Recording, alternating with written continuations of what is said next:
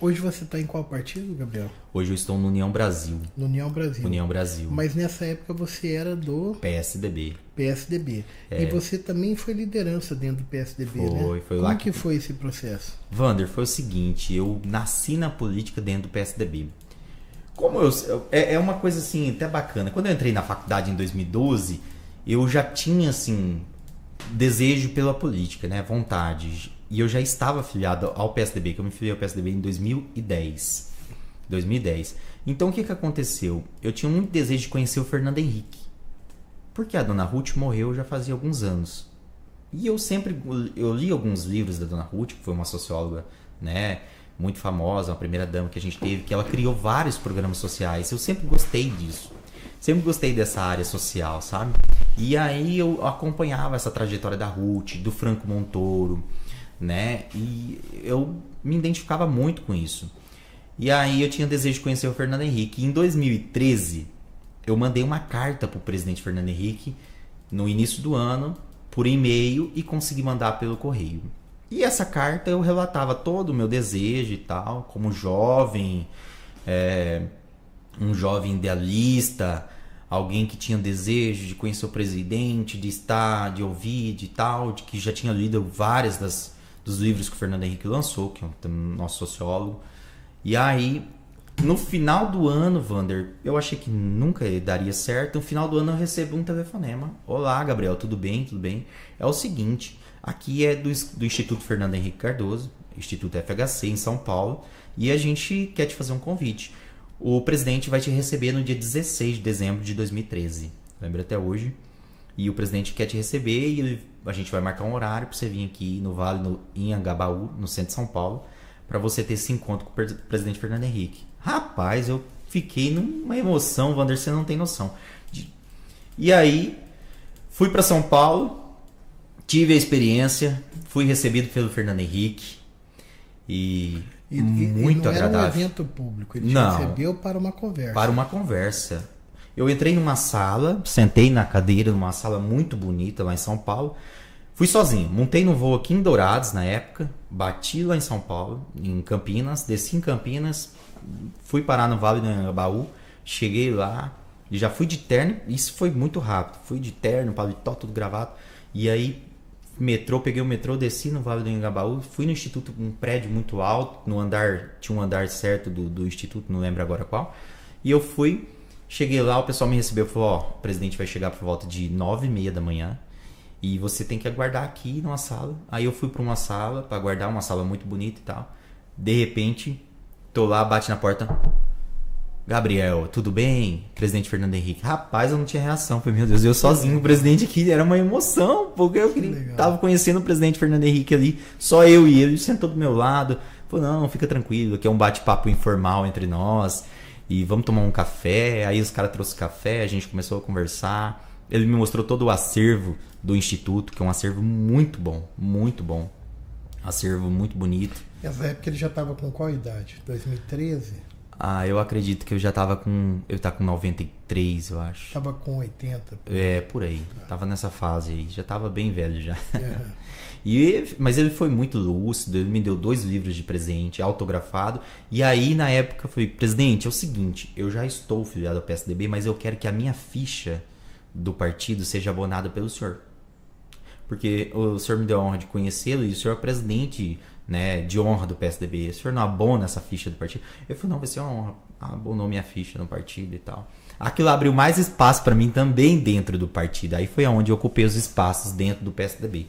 Nível estadual, nacional e tudo. Que legal, Gabriel. Mas me conta mais dessa conversa com o presidente. Vocês conversaram por quanto tempo?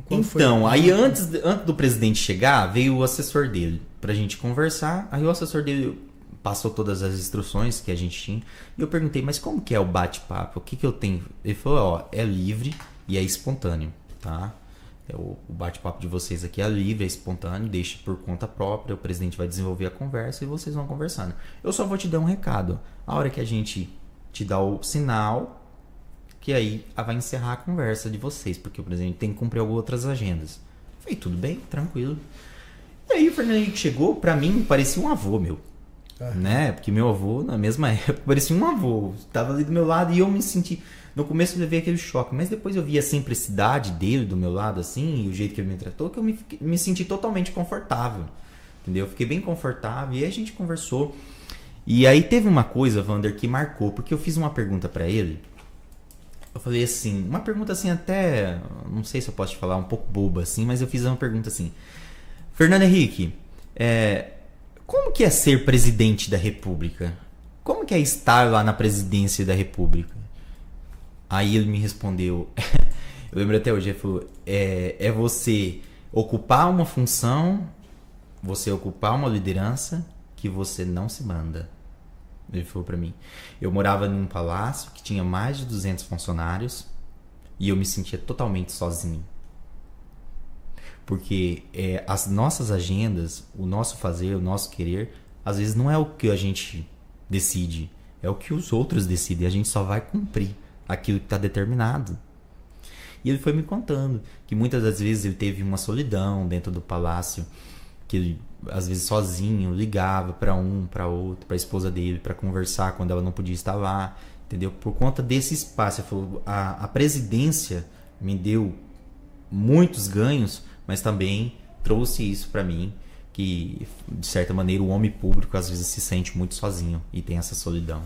Isso diz tanto sobre o poder, né? É o poder. Que às vezes as pessoas querem tanto poder e acham que o poder deve ser buscado a qualquer preço, de qualquer forma, por qualquer jeito, e não se dão conta das efemeridades do poder, porque aí você, quando está lá, você se dá conta de que ele é fugaz, passageiro, muito menor do que você imagina que ele possa ser.